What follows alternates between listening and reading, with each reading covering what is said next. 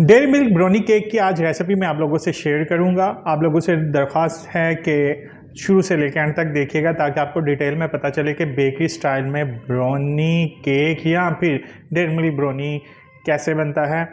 जो लोग मेरे चैनल पे न्यू हैं उनसे हम्बल रिक्वेस्ट है मेरे चैनल को सब्सक्राइब कर लें और बेल आइकॉन पे क्लिक कर दें। और बाकी लोगों से दरख्वास्त है मेरी वीडियो को दूसरे लोगों से शेयर करें, कमेंट करें और लाइक करें।